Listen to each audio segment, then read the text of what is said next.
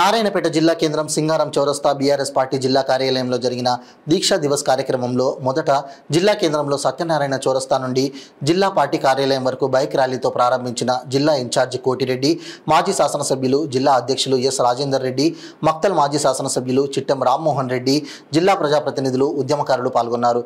ఈ సందర్భంగా మాజీ శాసనసభ్యులు జిల్లా పార్టీ అధ్యక్షులు మాట్లాడుతూ చావును సైతం లెక్క చేయకుండా కేసీఆర్ ఆమరణ నిరాహార దీక్ష చేపట్టడం ఫలితంగా ఎంతో మంది విద్యార్థుల బలిదానాలు కారణంగా కుల మతాలకు అతీతంగా అన్ని వర్గాల ప్రజలు, మహిళలు, విద్యార్థులు, ఉద్యోగులు, నిరుద్యోగులు, రిటైర్డ్ ఉద్యోగులు, వంట వార్పు, రైల్ రోకో, మిలియన్ మార్చ్, సకల జనుల సమ్మె వంటి ఉద్యమాలు చేయడం కారణంగా చేసేదేమీ లేక అప్పటి కాంగ్రెస్ ప్రభుత్వం తప్పనిసరి పరిస్థితుల్లో దిగివచ్చి తెలంగాణ రాష్ట్ర ఏర్పాటు ప్రకటన చేసిందన్నారు.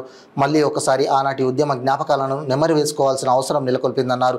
ఈ కార్యక్రమంలో జిల్లా ప్రజాప్రతినిధులు, సీనియర్ నాయకులు, కార్యకర్తలు అధిక సంఖ్యలో పాల్గొన్నారు. ఇది అయినది. ఇవాళ మీకు ముఖ్యమంత్రి అయిన తెలంగాణకైతే అది కాంగ్రెస్ పార్టీ పెట్టిన భిక్ష కాదు. కేసీఆర్ సుదీర్ఘంగా పోరాడి తెలంగాణ తీసుకొచ్చినందుకే ఇవాళ నువ్వు తెలంగాణకు ముఖ్యమంత్రి కాగలిగిన ఒకసారి ఆలోచన చెయ్యి. నువ్వు ఎవరైనా కాళ్ళు కడిగి నెత్తిలో పోసుకోవాలనుకుంటే అది కేసీఆర్ కాళ్ళు కడిగి నెత్తిలో నువ్వు పోసుకోడు. లేకుంటే నీ జన్మల నువ్వు ముఖ్యమంత్రి అవుతుంటివా? ఎన్ని ఆటుపోట్లకు ఎదిరించిండు, ఎన్ని కష్టాలు పడ్డాడు. ఒక్కసారి ఆలోచించు.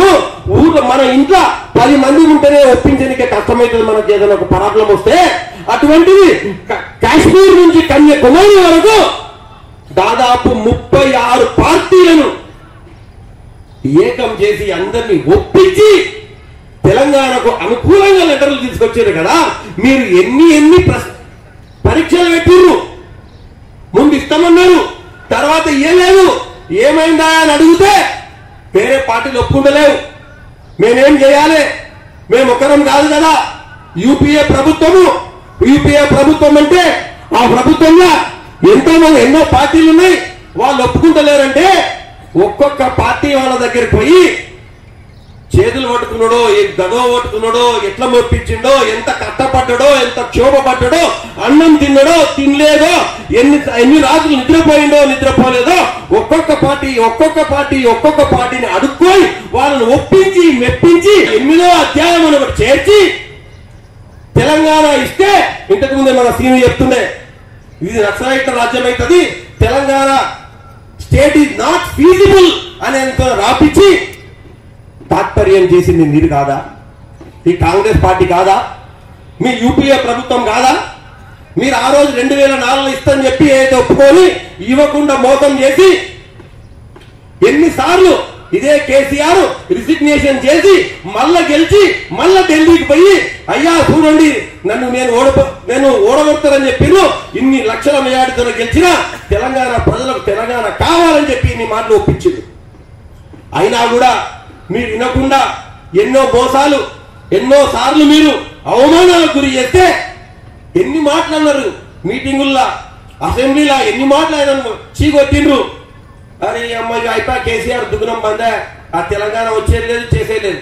అటువంటి టైంలో మొత్తం యావత్ తెలంగాణ ప్రజానికాన్ని కదిలించి ఏ అమ్మను, ఏ అక్కను, ఏ చెల్లెల్ని అడిగినా కూడా మా కేసీఆరే బాగుండే కదా అంటాడు కదా. నిన్నెవరని అంటున్నారా? నేనైతే చూడలే. 11 నెలల ఒక ముఖ్యమంత్రిని పొట్టు తిరుగుతారు. చిన్న పిల్లగారు మాట్లాడుతూ ఇష్టం పడినట్టు భయం అవుతుంది. 50 నాకు ఎవరికైనా మైక్ వేయాలంటే ఎదో తిరుగుతారో మా వద్దురా పోయి. నువ్వు నేర్పిస్తున్నావు ఒక ముఖ్యమంత్రిగా, నువ్వు రోల్ మోడల్. నీ భాష ఒక అందరికి రోల్ మోడల్ అవుతుంది. నోరు తెరిస్తే తిట్టినవు బిడ్డ ఇప్పుడు ఏమైతుంది. నాకైతే చూడబుద్ధి ఎట్లేదు ఆ వీడియోలు. ఆ హైడ్రా అయినాక, ఆ మూసి అయినాక కన్నోళ్ళు పిల్లలు. ఇదే ఇంతకుముందు మనం మాట్లాడుకున్నాం. మొన్న సోనియా గాంధీ తెలంగాణ ఇచ్చింది, కాంగ్రెస్ పార్టీ ఇచ్చిందని చెప్పుకునేటువంటి పెద్దలకు నిజంగానే మీరు డిసెంబర్ 9, 2009లో అనౌన్స్ చేసినటువంటి తెలంగాణ రాజేందర్ రెడ్డి గారు చెప్పినట్టు 2013 వరకు ఎందుకు ఆగినట్టు? నిజంగా మీకు ఇవ్వాలనే చిత్తశుద్ధి ఉంటే ఆ రోజే ఎందుకు దాన్ని ప్రకటన నిలుపుకోలేకపోయినారు? అంతమంది విద్యార్థులు బలిదానం తీసుకున్నారు. మీరు ఇచ్చిన తెలంగాణ కాదు ఇది.